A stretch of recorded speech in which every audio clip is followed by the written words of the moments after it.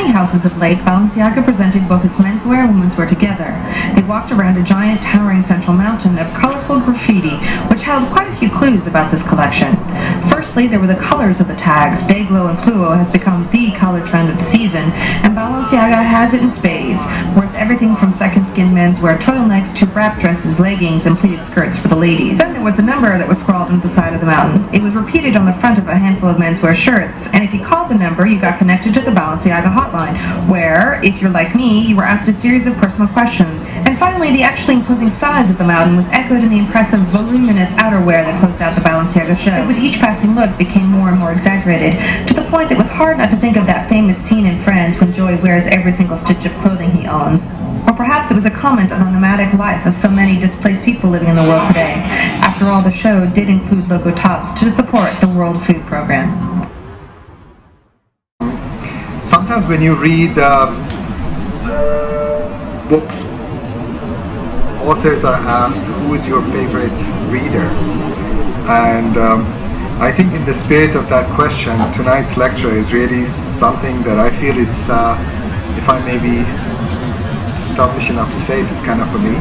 I'm very happy that everybody is here, but I'm very happy that Konstantin is here to give the talk. I really, I'm looking forward to the presentation.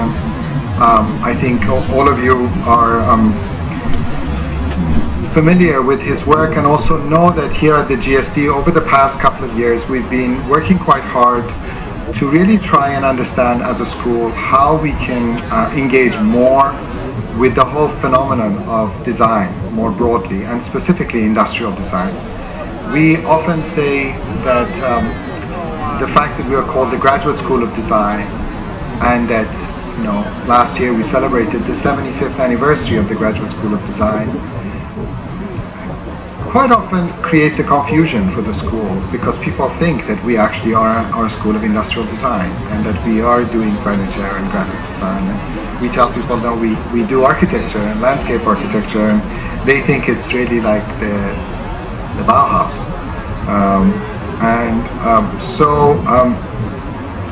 Somehow we are very keen on this question of design and what is its role, because you also know that the word design has now become more prevalent beyond industrial design in some ways in fields such as organizational structures or business and the link between what is called design thinking and the type of work that gets done here in the school. So I think the very word is now suggesting other possibilities.